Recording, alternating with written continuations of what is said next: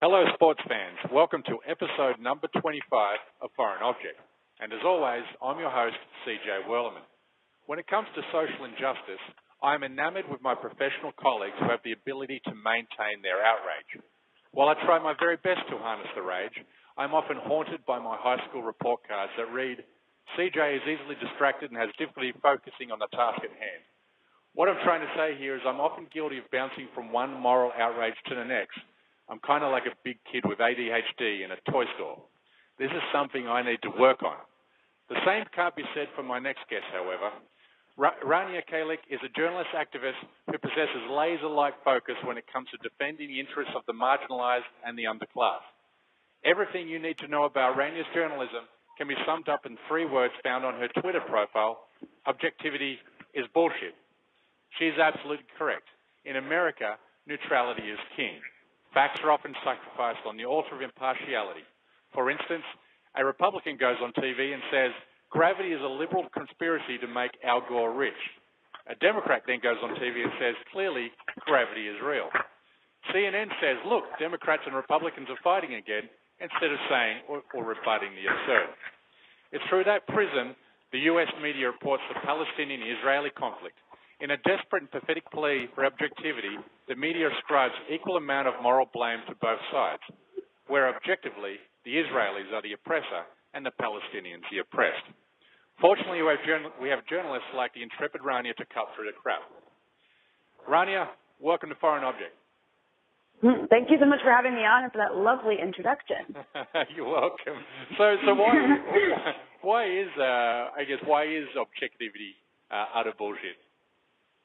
Well, I think you explained it pretty well, but I don't think it's possible to really be objective in the face of violence and oppression, like what we see in Israel-Palestine, for example. Especially as journalists, I mean, this idea that that people can be completely neutral when there's an actual truth, you know.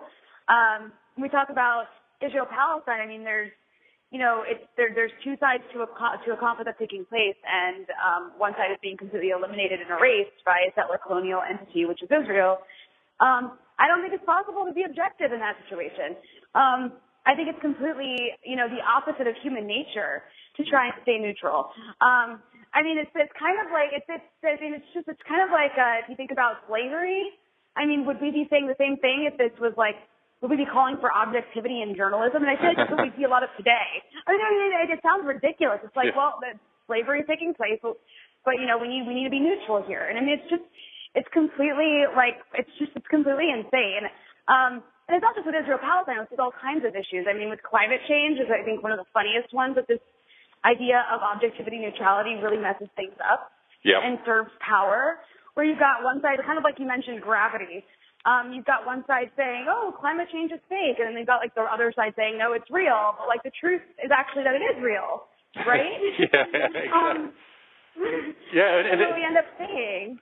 Yeah, and it's kind of, I was going to say that, by portraying it through that prism, where equal sides have both equally meritorious argument, it confuses people. It really does muddy the waters. And, and American audiences are totally bewildered by the Palestinian-Israeli conflict. I mean, at worst, they believe Israel is a beacon of light surrounded by savages, and at best, they ascribe equal amounts of, blame to both sides. So I guess I want to explain how Israel proactively, muddies the debate or silences its critics. Well, Israel muddies the debate, as you will, by making the issue seem complicated when it's really not. It's a very, very simple issue. The issue is that Israel is a settler colonial state that is invested in expanding and consolidating its Jewish majority in an area that is historically not Jewish. It's Palestinian.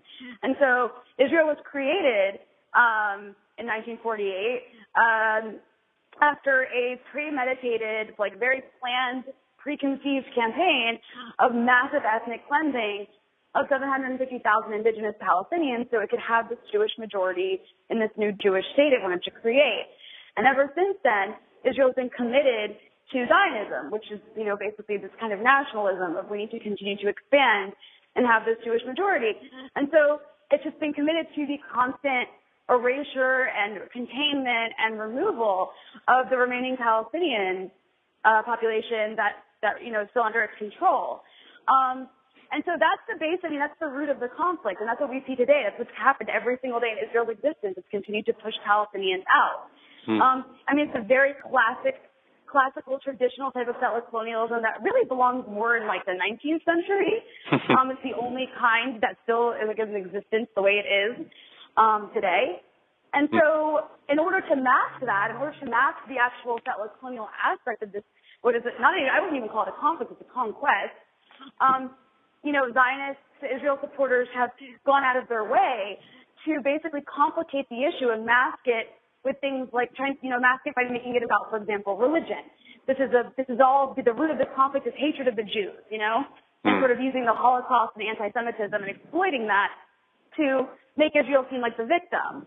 And that's sort of like the main thing it does, and it has these sort of these sort of platitudes and slogans of like Israel is this modern democracy that's like very Western, and it's encircled in this sea of like angry, vicious, barbaric Muslims and Arabs. Yes. It's like these kinds of ridiculous racist tropes are necessary to try and confuse Western audiences into thinking, and into empathizing with the side that is oppressing the indigenous population. Yeah, and what role do you believe that the Hamas Charter in not recognizing the right of Israel to exist has befuddled Western audiences? Because that's what they latch onto whenever they defend Israel. Even people in the middle. They'll say, but look, Hamas doesn't, acknowledge Israel's right to exist. They point to that. How much do you think that plays into clouding? Well, so Israel is mad because Israel is mad because it says, Palestinians don't recognize our right to exist as a state. Well, no state has a right to exist. But I think what Israel does, though, with the Hamas Charter is, it'll point to this charter from years and years and years ago.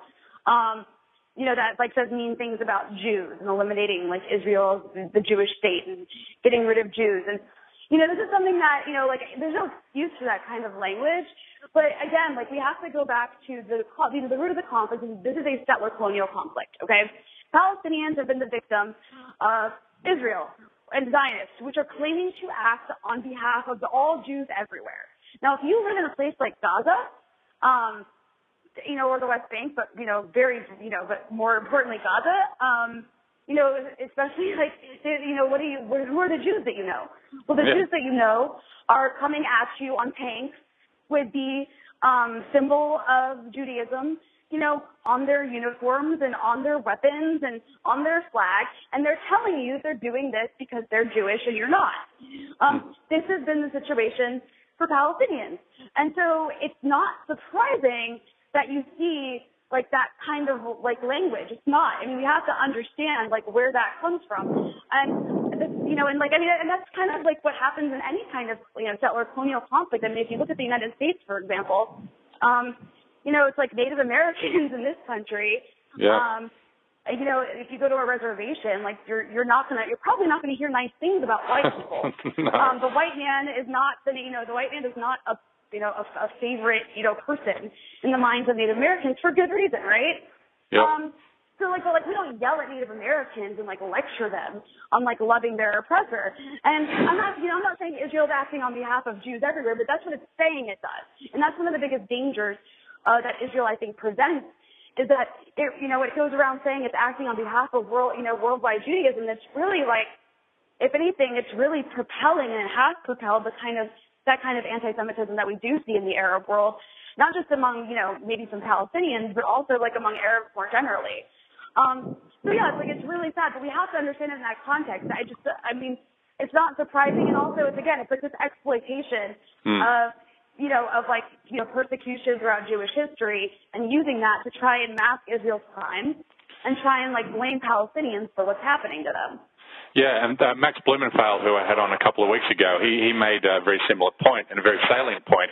He said that if the Chinese occupied Palestine, then, the Palestinians would be anti-Sino, and you would hear anti-Sino rhetoric would be anti-Chinese rhetoric would be built into the Charter of Hamas. Exactly, I 100% agree with that. I mean, I think that's totally logical. Yeah. Do you reckon that there's been a bit of a mind shift among certain demographics demographics within the US after Israel's siege of Gaza last year? I mean, the images that came out of that, I mean, that was really the first siege which Twitter has been, was bringing out in real time photos coming out of the devastation in Gaza. Do you believe that's kind of shifted some minds? Yeah, I mean, I think that you do see a trend taking place in the U.S. among liberal Democrats, and that's what polls reflect, where they are sympathizing less and less with Israel and slightly more with Palestine. Because, I mean, even if you don't really understand what's happening, even if you're just like, you're not like clued into the whole, root of the conflict, this is settler colonialism, what you see on your TV screen, what you see online on social media and on like more increasingly popular websites like Mondo Weiss and the Electronic Intifada, you see, the carnage and the horrifying crimes that Israel's committing. And you can't, I mean, no sloganeering can make that okay in a lot of people's minds. And so it's not surprising you see like young people, particularly people of color in this country, women. I mean, basically the Democratic base in this country is sort of turning away from Israel. And at the same time, there's also this weird shift too, where not really weird, but there's a shift among people on the right that are embracing Israel even more and more in a more belligerent way. And I think that also reflects the fact that Israel is becoming part of it's almost like a symbol of right-wing hatred in a lot of places. And what I mean by that is when you there's all these there's sort of these anti-Islam protests that have been cropping up in certain parts of this country, and then also in certain parts of Europe as well. And these are basically hate protests that are just completely Islamophobic and anti-migrant, anti-immigrant, anti-Muslim sort of fascist-leaning protests that are go back to your country. And, and oftentimes with these kinds of protests, you'll see in America and Texas, on Muslim Day in Austin at the Capitol there was this anti-Muslim protest and they were waving flags, U.S. flags alongside Israeli flags. Extraordinary. And you'll see that and you'll see that in parts of Europe too, with Pegida, which is the anti-Islamization movement in Germany. It's basically a neo-Nazi movement. They'll also wave Israeli flags at their protests. So there is this weird, this new sort of embrace of Israel as part of right-wing, fascist movements are embracing it. Well, I think that, sorry, go ahead. Yeah, I was going to say, that Bloomberg poll which came out last week was extraordinary. I mean, 2 out of 3 Republicans believe the U.S. should support Israel, even if said support conflicts with U.S. interests. I mean, it's impossible to overstate how big a deal that is. Yeah, and a lot of it has to do with religious fanaticism on the right in this country and this belief that, the ingathering of Jews in Israel is going to bring about the second coming, after which Jews who don't convert will burn in an everlasting lake of fire. They missed that part. Yeah. Well, people like Netanyahu are totally aware of this, but they don't care because they just look at these people like evangelicals as total dupes, and they take their support. Yeah. But it has a lot of it has to do with religious fanaticism, and a lot of it has to do with shared values. Israel is a very right-wing country that's explicitly racist and exclusionary and increasingly belligerent in its racism. And that's something that that people on the far right in this country and the far right in Europe really identify with. Yeah, indeed. I mean, in a recent speech, you said that Israel has become a quote-unquote repression engine that is spreading its technology to maintain white supremacy around the globe. So speak to that a little. Yeah, so, like I mentioned before, Israel was founded as this, exclusionary Jewish state that had to commit ethnic cleansing in order to create its demographic majority. But there are still Palestinians that live both inside present-day Israel, and then there are several million Palestinians that live in the territories that Israel occupies in the West Bank and Gaza. And Israel explicitly refers to them as a demographic threat because they're having too many babies. If there's more of them than there is of the Jews, then that will be bad for Israel. It won't be a Jewish majority anymore. And this has been a problem since Israel was founded, is this demographic threat from the remaining Palestinians. I mean, it was founded in an era of, it was founded in the era of international law, right? That was created after, that was created because of World War II and because of the Holocaust, and so it couldn't just wipe everybody out. That wasn't okay anymore in 1948. So it basically has spent like every day since its existence coming up with really creative ways to push out Palestinians and to contain them in like little ghettos, and to basically like remove them as this demographic threat. And so Israel, like its entire economy has been built around advancing that goal. And so that's why Israel calls itself like the startup country, right? Like it's like always, it's got always coming out with this amazing technology and like has all these technology firms. Well, yeah, because it's always coming out with this technology devoted to like surveilling people, devoted to surveillance of Palestinians, devoted to like collecting their biometric information, devoted to walling them in, to bombing them and killing them in places like Gaza.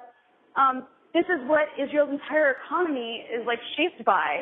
And so because of its need to like deal with this issue of Palestinians, it's coming out with all the technology that it then ends up testing on Palestinians, and then ends up, its arms companies ends up selling this technology all around the world. And just to name one example, drones. Israel is a country that is the size of New Jersey. It's very, very small. It does not have a large population, yet it is the number one supplier of drones around the world. It has supplied 60% of drones worldwide since 1985. Wow. That's more than the U.S. Yeah, that's like way more than the U.S. And the reason for that is because Israel has used places like southern Lebanon and like Gaza and the West Bank to test its drone technology out. And then, that drone technology ends up getting advertised as being, combat proven and battle tested. And it's been Israeli drone technology has been exported to 50 different countries around the world at least. Wow. And that's all stuff that's been used to control and dominate and repress and kill Palestinians. And so it's like this weird dynamic where Israel sort of become this factory for repression technology that gets adopted, on the U.S.-Mexico border, for example, to keep migrants from Central and South America, from Latin America out. They use Israeli technology at the border that's been used to keep Palestinians out of certain parts of even Palestine. Same with Europe, the borderlands of Europe. They have they've procured Israeli technology to keep migrants out. And this is something that we're seeing happen like globally. So, it's a really disturbing trend, and I think it speaks to the fact that really, Israel and Zionism, which is sort of the engine that drives this repression factory, the dismantling of Zionism and settler colonialism in Israel is like really necessary for to sort of put a stop in a lot of ways to some of the worst technology that's being created right now, that's being used to sustain inequality and racism across the globe. Yeah, you tweeted a photo of a boat drone, which is going to now police Gaza fishermen. This is frightening, Orwellian stuff. Yeah, boat drones and what they call unmanned sea vehicles, they call them. Yeah. And there's unmanned land vehicles, which are basically land drones, Jeeps that don't have a driver, that will have remote controlled machine guns on them, used at the Gaza border.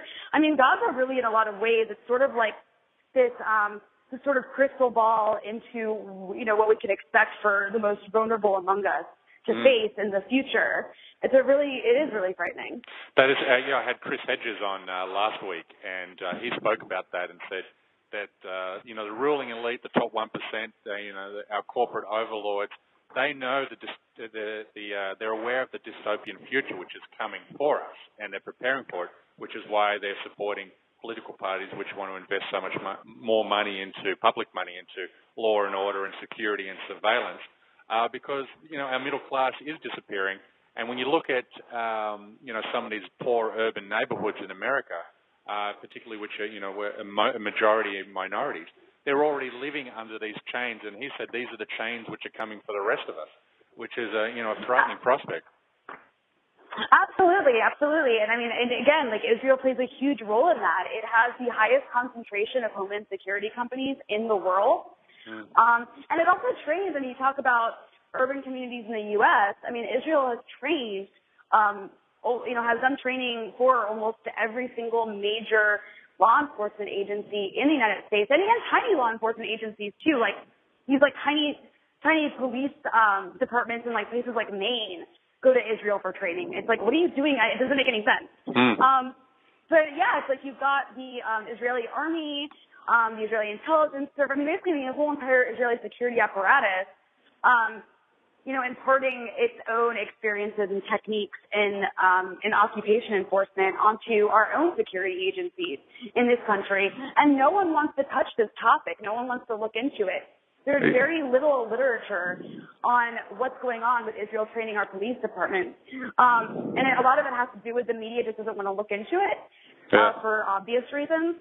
But it is really disturbing. It's very disturbing. We already have a very serious racism problem in this country among our police departments and law enforcement agencies.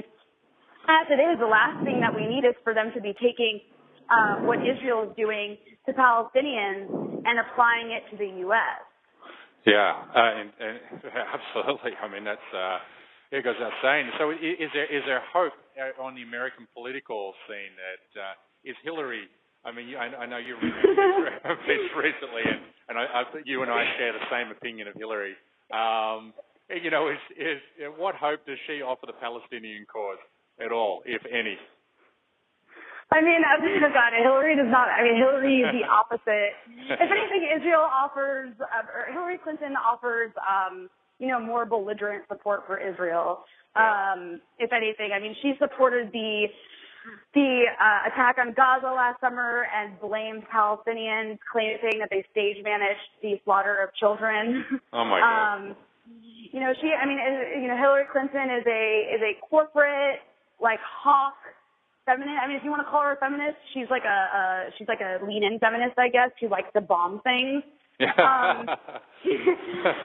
Clinton she's a hawk. She really is comparable to like a Henry Kissinger-esque type person, who's just very ambitious, and, wants to, be president and will sort of support whatever she needs to get there. And so she is completely in support of Netanyahu type Likud politics, and that would be bad for Palestine for sure. You made the point. I think you made the point that when Bill had been busted for his extramarital affair with Monica Lewinsky, that her self-imposed excommunique with her husband, she broke it when she approached him and said, "You need to bomb Saddam." Oh, I actually didn't. I mean, I actually did not make that point, but I mean, that's Hillary Clinton. Hillary Clinton. Like last summer, there was this massive influx of children fleeing violence in Central America coming to the U.S. border, and Hillary Clinton advocated for them to be deported quickly. To as like a form of deterrent to show their parents that they to discourage their parents from sending them here. That's the kind of person Hillary Clinton is. Mind you, a lot of these children were fleeing violence in Honduras because of a coup that took place in 2009 that Hillary Clinton not only backed, but as Secretary of State, he made sure the democratically elected president of Honduras could not return, in effect solidifying the right-wing military coup leadership that took over. I mean, that's the person Hillary Clinton is. Is she representative of how far the liberal elite have removed it, or how far out of touch the liberal elite is with liberal values?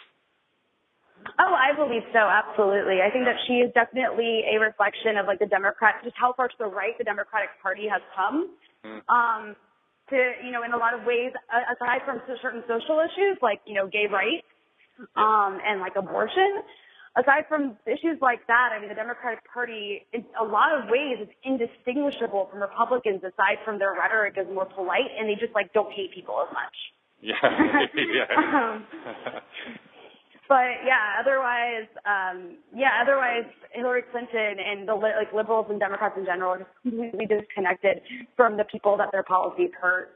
A lot of it too has to do with neoliberal economics and whatnot. Yeah, well, you obviously saw Michael Dyson's attack on Cornel West, and on his 9,000 word attack piece on him, and you made your tweets in response to it, which were directed at Dyson himself. Look, I've been a great fan of Dyson's over the years. I think he's spoken very, very eloquently when it comes to matters of race, but he couldn't have got it more wrong in his attack of West. And I mean, that to me, not only Hillary, the celebration of Hillary, and also that his kind of critique resonates amongst Democrats. I really do believe it. It just shows how morally bankrupt the Democratic Party has become when it comes to protecting the interests of the downtrodden and the oppressed. Absolutely. And I mean, I too, I've been a fan of Michael Eric Dyson before. He's an eloquent speaker on issues of race, and he still is. But when it comes to actually changing things, he is of the mindset that things should be done from the inside. Like, things need to be changed from the inside. And having access to Obama, which he has a lot of access to. I mean, he's visited the White House several times. And I mean, since Obama's been elected, he's been one of his greatest cheerleaders and defenders on some of the worst issues. And this, I think that his 10,000-word screed against Cornel West, as much as it may have been personal because of certain beef between them, a lot of it had to do with sort of going after, or maybe making the argument that as the Black Lives Matter movement is growing and sort of deciding how it's gonna navigate itself going forward, there is this pull between the younger people, younger activists and organizers who are more radical on the Black Lives Matter movement, who are in the streets and wanting to shut things down, and people like Al Sharpton, who are these corporate civil rights leaders, if you will, and Michael Eric Dyson, who sort of is starting to represent that as well, who are more about don't criticize Obama, let's change things from the inside, let's be quiet. They're just wrong. And I think they feel threatened. I think they feel threatened by this movement that they're not leading, because this movement won't let them lead it. And people like Cornel West he's more of a grassroots person. And I've seen Cornel West getting arrested in Ferguson and basically letting the organizers and the activists on the streets protesting police brutality lead and just doing what they ask him to do. And also Cornel West has been consistent on issues. He's been a huge supporter of BDS and of Palestine, unapologetically. And that's another thing I don't see from people like Michael Eric Dyson, and definitely Al Sharpton and Melissa Harris Perry, is they are completely silent on the issue of Palestine. They never say a word, except for, Al Sharpton will support Israel. But that's it. They're completely silent. And I feel I'm not saying that they have to, that Palestine, you have to say something about it, but I feel a lot of times it's a good test for sort of how progressive someone is and or how real they are about Absolutely. They do want change. Because if they're unwilling to speak out about Palestine, that just tells me that there's careerist motives there, because that's usually the reason behind that if you're on the left. Yeah. And that's and it's kind of clear that's the issue. And so I just this essay just really made me lose a lot of respect for him in so many ways. And I think it also made it a bit clear to me, maybe a lot of other people, that there is an effort to really try and push the Black Lives Matter movement, and people who want real change and who are demanding it and who want it and who are willing to do actual direct actions to make it happen, to try and push them more into or to try and pacify them, I should say. But I don't think that's going to work. Yeah, it's interesting. I mean, it's so interesting. The banter between the two, Michael Eric Dyson's piece. Obviously I'm not a black person, and coming, I'm not also an American, as you can tell by the sound of me. I've only lived in the United States for 3 years.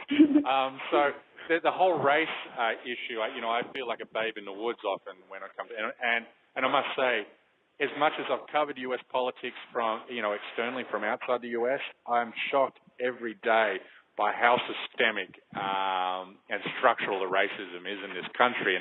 And so when I look at matters of race, I always try and look at through the eyes of either MLK or Malcolm X.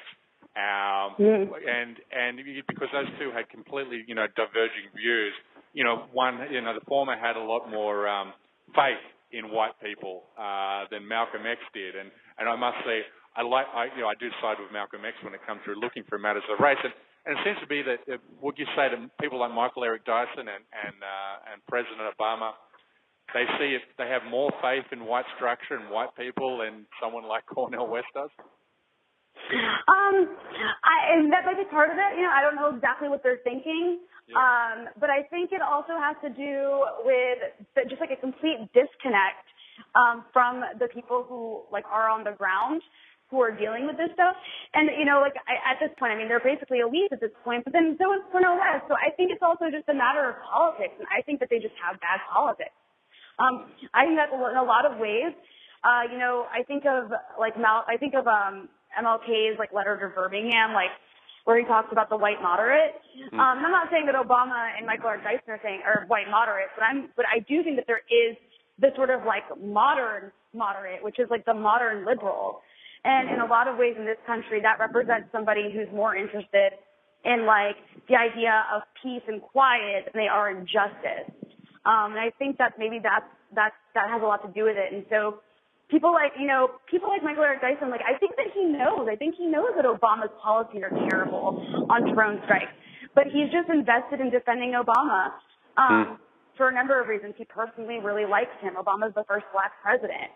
But at this point, it's been almost 8 years, and his policies have devastated, not just in a foreign policy angle, but even here, his policies have been devastating. And it really is just shocking to me to see people still continue to defend him so loudly the way that they do. There really is no excuse for shutting down, thousands of black neighborhood schools in this country, which is a policy Obama spearheaded as a part of his privatization agenda. He spied on journalists. His Justice Department killed Americans abroad. I just don't see how he can defend those policies, and I can guess. All I can do is speculate. But it just seems like he's just really invested in defending this administration. And I don't know, but will he defend a Hillary Clinton administration as loudly? I'm not sure. I guess we'll have to wait and see. Yeah, but in the meantime, I think someone like Cornel West is a lot more principled, and I have a lot more respect for his ability to maintain consistency in his views and his politics. Yeah, Cornel West is he's down in the weeds. You made that point. MSNBC, I was a big fan of MSNBC when Republicans were in control of the White House. But, since Obama won the presidency, they've really just become, and it's not just a case of Dyson. I believe it's symptomatic of the whole network. It's just become a state media outlet, once the Democrats own the White House. Yeah, no, absolutely. They're more invested in it's like a team sport for them.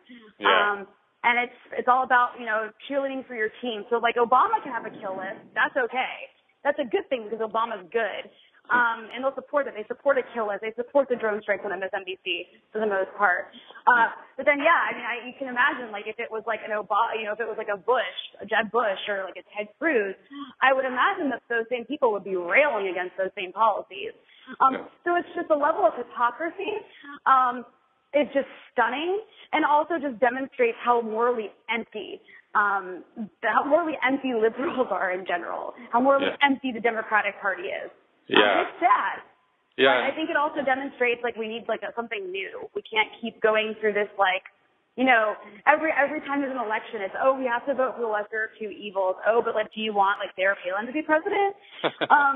But, it's at this point, how long are we going to allow that argument to, stifle anything besides the sort of same routine that we've been going through every 4 years? Exactly. And nothing will be changed. We'll keep making mistakes of the past. I want to bring it back to Israel and Palestine for a minute. You know Gaza intimately. Are we going to see a repeat of what happened this summer? I don't know if it'll be this summer, but I think it'll be soon. And yes, if we're judging, if the past is any indication, there will be a massive bombing campaign against Gaza, and it'll be more intense and brutal and horrifying than the last, because that's what's happened every couple of years. There's been a worse, merciless effort to slaughter people in Gaza. It's almost become like a ritual. And that's what we're going to continue to see. It's about, what's going on in Gaza, what Israel does to Gaza, is about pacifying resistance. There's no more armed resistance against Israel's occupation in the West Bank. But Gaza, Gaza still has the military wing of Hamas, which is still willing to engage in, armed resistance against Israel, in addition to several other armed factions. And Israel, until Israel can put that down, it's going to continue to do what it's doing to Gaza. And unfortunately, and that's the thing is Gaza, it's Israeli soldiers are not in Gaza like they are in the West Bank, right? The occupation is different there. It's an occupation by land, air, and sea. And they're completely blockaded and surrounded. And all of that has to do with trying to pacify any sort of resistance to Israel's settler colonial ambitions. We are going to see a repeat in Gaza, and it's going to be worse. Unfortunately, it is. There is a way it's preventable, totally preventable, but the world isn't willing to do what's necessary to stop Israel. Well, speaking of the willingness of the world to do what is necessary, you're kind of at the tip of the spear of the BDS movement, and for those listening, the BDS movement is a campaign that calls for boycotts, divestment, and sanctions against Israel. How much traction do you believe the BDS movement is getting? I think the BDS movement has so much support on the grassroots level. The public supports it for the most part. You see, especially in places like college campuses among younger people who are very active around this issue. And you see it in Europe and the United States. The problem is that it's not being reflected in the governmental policies towards Israel. And so I think that what needs to happen, what I see happening is an intensification of BDS. Look, Israel cannot continue to exist the way it does forever. There's just too much of a backlash. There's only so much carnage, so much horror that it can inflict before at some point, it's not going to have any support anymore. But in the meantime, the question really is, how many more Palestinians does Israel get to kill before the world does enough? How many more Palestinians does Israel get to push out? How many more Palestinian land does Israel get to steal before the world does enough? And I think the BDS movement is doing everything it can, and it's totally commendable. But there's a certain urgency to what's taking place in Israel-Palestine that is very frightening, I think. You see the Israeli government is moving further and further to the right. There's fascist elements in Israel that are becoming increasingly popular. The Israeli public, having death to Arabs rallies is totally the norm in Israel at this point. And so it's scary. There's a sort of genocidal rhetoric that's taking over. And my fear is, I don't know, maybe this is me being cynical, but I hope BDS continues to do what it's doing. I guess I can't tell the future, but my fear is that Israel's going to be able to commit massive atrocities before anything, before this system of this disgusting, racist, horrifying, murderous, brutal system it's inflicting on Palestinians is dismantled. Are we sorry, I don't mean to get dark. No, it's good. I love it. I love your passion. Are we going to see an end to this conflict? And by that I mean, when I say an end, I mean a conclusion that represents Palestinian civil rights, guarantees equality for all Palestinian, Israeli, Arab citizens in our lifetime. Is that going to happen? I think so. I'm a pretty cynical person, as you can tell. But I do think so. I don't think that Israel can continue to go on the way it has been for much longer. I don't know when it's going to be, but I do think in our lifetime, we are going to see an end to this. It's just a matter of how much more horrifying atrocities get committed before we get there. And so that's I guess my my dark and twisted crystal ball into the future. Yes, sure. No, it's people always even liberals will say, I guess it is kind of like South Africa, 1980s South Africa, what's happening there in Gaza and the West Bank, and but it's the only difference is the the Afrikaners didn't bomb the shanty towns in Soweto. Which is what's happening here. So this is far worse. Yet the world was able to rally, except for the US very reluctantly at the end, was able to rally, sanctions and, isolation on South Africa, but we've been unable to do that, in the case of Israel. Well, there's a couple of reasons for that. And first, I would note you're right; it is far worse. And one of the main reasons it's far worse is because in South Africa, the white population they needed the black population as labor. So they needed them. They couldn't kill. It wasn't about killing and eliminating them. It was just about segregating them and controlling them. With Israel-Palestine, Israel doesn't need Palestinians, nor does it want Palestinians. It wants to get rid of them. And so I think that actually makes it a more frightening situation. But to the point of sanctions is yes, South Africa also didn't have the massive lobbying apparatus that Israel has, especially in the United States, which is Israel's #1 patron. And so that's one of the greatest obstacles here is that you've got a situation where the U.S. government is constantly acting against its own interest in order to support Israel. And I don't agree. There is this idea, this notion that somehow, the U.S. supports Israel because Israel is this geopolitical necessity in the Middle East. Somehow it provides benefits to the United States. But it doesn't, at least not anymore. If it did at some point, it no longer does. Israel is a completely rogue pariah state that is actually making, if anything, it's making U.S. empire in the Middle East more difficult. It's making the U.S. ability to control what takes place in the Middle East more difficult. And there's a lot of pushback and backlash and blowback against the United States because of what Israel does. And so I'm not in favor of U.S. empire or hegemony whatsoever, but it is kind of, it speaks to the level of influence and power that the Israel lobby in this country has, that they can get the U.S. government to constantly go against its own interests. Well, speaking about empire, I quoted you in one of my recent op-eds, and I quoted one of your tweets, in fact, about Ayaan Hirsi Ali, and you tweeted, "Women of color like Ayaan are celebrated by the mainstream only because they reinforced empire's narrative about the backwoods Muslim world." I thought that was so perfect in 140 characters or less. I mean, you nailed, why she is so celebrated by neocons and the defenders of American empire. So I guess I wanted to speak to you. I guess I wanted you to speak about Ayaan a little more. Oh, Ayaan Hirsi Ali. I mean, she is a liar. A documented liar, as we know, it's, very easy to figure out what she lied about. And she, and it is funny because, when it comes to neocons and the right wing in this country, they're typically, it's a very white crowd of men who just you bomb everything, right? Yeah.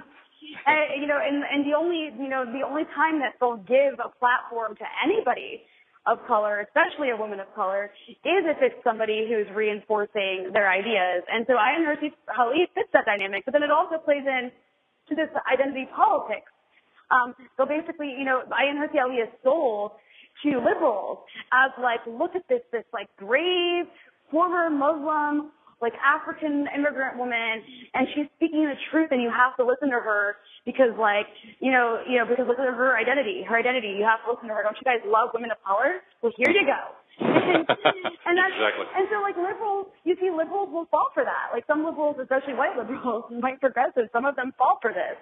But yeah, and it's not just with, not just with neocons giving a platform to someone like her. It's in general. When it comes to the mainstream in this country, there are sometimes Arab women and Muslim women, African women, who will get this platform to speak on foreign policy, but it's typically people who agree with the dominant narrative and reinforce it by saying, yes, the Arab world is backwards, and the Middle East is backwards, and Africa is backwards, and Muslims are backwards, and we need to save them because they treat their women like this, because look how they treated me, and A, B, and C. And we don't see it's among people not just Ayaan Hirsi Ali, but you'll see that's actually the same argument you'll see from someone like Mona Al-Sahawi, who's considered a progressive. She'll say things like, Arab men are inherently sexist. The Arab world is inherently sexist and they hate women so much.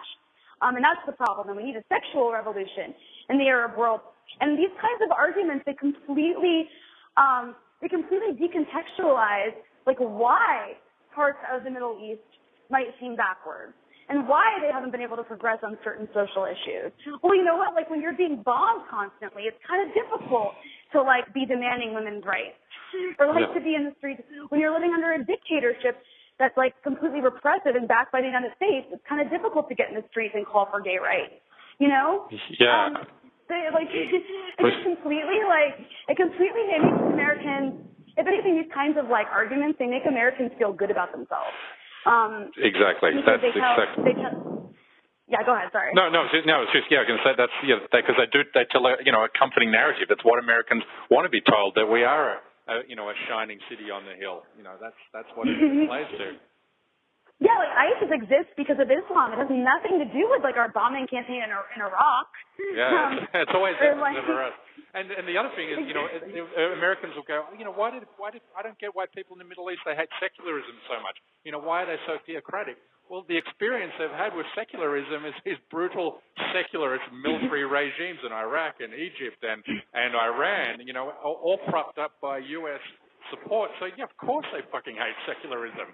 It keeps them in poverty and it keeps them in jails and it keeps them tortured. Exactly. I mean, there's also like there's also something that often gets ignored from this is like the role that Israel has played in sort of helping to spread this idea of the clash of civilizations. This is very beneficial to Israel. This idea that there's a Judeo-Christian war of the West against Islam. This is something that people like Netanyahu have been saying since like the 80s. And it didn't really pick up steam in the U.S. until like after September 11th, because now presented at a time I'm like, oh yeah, see the Muslims, like there's a war. This is what Israel goes through every day, and we see this as well. I mean, the Islamophobic rhetoric that gets has become really a part of the dominant narrative in this country, like has really been pushed into the mainstream, has been pushed into the public by very like right-wing figures who have been funded by like a network of basically a network of very wealthy supporters of Israel. I mean, this is something that is, we know about, like, and so now it's really shocking. I mean, there was a time when the kind of rhetoric you hear about Islam, about the Middle East, was really isolated to more of like the right wing in this country, but you see it now even being championed by quote unquote liberals in this country. And that I think is very, very disturbing, to where, the idea that Islam is inherently evil and that like Muslims are all potential extremists who want to kill everyone. And like the sort of like complete like historical amnesia about why, the things in the Middle East might be the way they are is something that we see, not just like someone like Bill Maher, who likes to call himself a liberal, but, even like among, liberals on MSNBC, it's like, this is what you see now. This is sort of like the normal narrative. And that really is concerning to me. Yeah, I mean, everything which is, even liberals have a tendency in this country to look at these events in isolation and they'll say, see, look at the Iranians, they're chanting death to America. Well, A, you overthrew their democratically elected president and installed a puppet regime and stole all their oil wealth. And B, you shot a passenger jet out of the sky. No wonder they're chanting death to America. But also, like, it's like at the same time, it's almost like you can't really blame Americans for being so ignorant about these issues because, like, our media, like, when's the last time, what you just said, when is the last time you've heard that on any channel, ever? No. Or, like, seen that, like, that put into context in any media outlet. Never. And so I think, a big part of the problem, maybe this is just me centering the media because I'm a part of the media, but I think that's a big part of the issue here is like the media just does not inform people about what's taking place and why. They just sort of like report on events like they're totally isolated and they leave out things and, it's a very manipulative way of presenting the world. And yeah, it's very manipulative. And again, as you said, it makes us feel good about ourselves. It makes us feel like that we're enlightened. We benefited from the Enlightenment period while they're stuck in the Middle East with the lights out and clutching onto Korans and wanting to blow shit up. So it's yeah, it's so bad. And then at the same time, what I think is like really amazing about that whole narrative is who's our biggest ally? Who's our biggest like Arab ally, if you will? Yeah, Saudi Arabia. Yeah. Like, it's like I want to know when we're going to liberate Saudi Arabia. I've never heard anybody throw that out there, and he's very confused. That is great. I remember, I tweeted today, I remember when we all got shitty when Iraq invaded Kuwait. Well, right now, Saudi Arabia is amassing troops on the border of Yemen, about to invade a sovereign country. And this is, we're guiding their missiles in, which are blowing up civilians. Why aren't we angry about this anymore? Is suddenly Saudi Arabia, a vestige of virtue, in the Middle East? Apparently, that is what I find. I think that actually is really, it reveals so much. The U.S., with all the rhetoric about supporting democracy, the U.S.'s best friends in the Middle East are these, this coalition of tyrants, I like to call them. Are the, you've got, Jordan and Saudi Arabia and Egypt. This is who the U.S. has befriended, and Israel.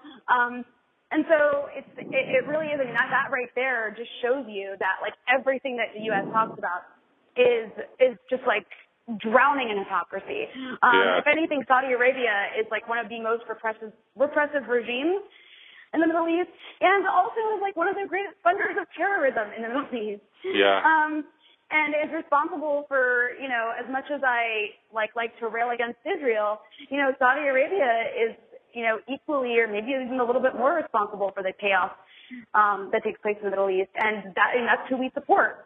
The place where women can't drive. And people are beheaded. And not to forget the fact that it was us and Saudi Arabia which, funded the genesis of Al Qaeda. We funded through these extreme, Salafi interpretations, all these schools to combat those evil atheistic communists. Exactly. And then now, even right now, the campaign in Yemen, the bombing campaign in Yemen that's killing mostly civilians, and that, a couple days ago, Saudi Arabia hit an Oxfam warehouse that, had stuff for, getting clean water to people. So, Yemen is the poorest country in the region, I believe. There was already a humanitarian crisis there, which has now turned into a catastrophe. And now we're helping coordinate, bombing. We're helping coordinate Saudi Arabia's bombing campaign there.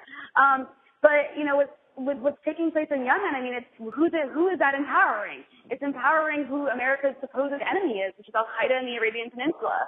That's who's winning in Yemen. And this has not seemed to this doesn't seem to be on anyone's radar. No one really cares about this. And so it's amazing to me that, that's what they, right? Al Qaeda is being empowered in Yemen by the bombing campaign. Al Qaeda, a lot of U.S. policies really do empower Al Qaeda. It's kind of fascinating. That nobody seems to really care that those are supposed enemies, but no, that lack of, they decontextualize, and everybody forgets that we started funding these Sunni militias after we left Iraq in 2010 because we wanted to offset the influence of, we wanted to offset Iranian influence in Iraq. And we started funding these. Militias. Exactly. At the same time, not only with that, but we were at the same time giving billions of dollars in weapons. The Obama administration gave over $20 billion in weapons to Iraq's Shiite-dominated government, which, by the way, the sectarian government in Iraq was set up by the United States.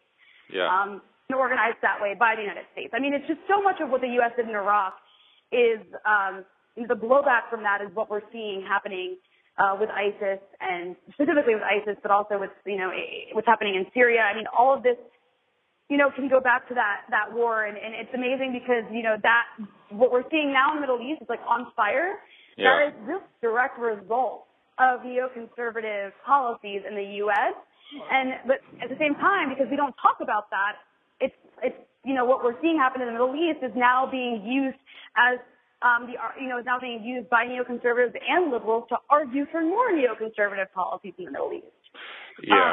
So that's why I passionately believe that Hillary's vote for the Iraq war automatically disqualifies her for the presidency. I believe you voted for that war, which has unleashed Pandora's box of horrors that we're still living now. I think you're not fit to govern. I don't care.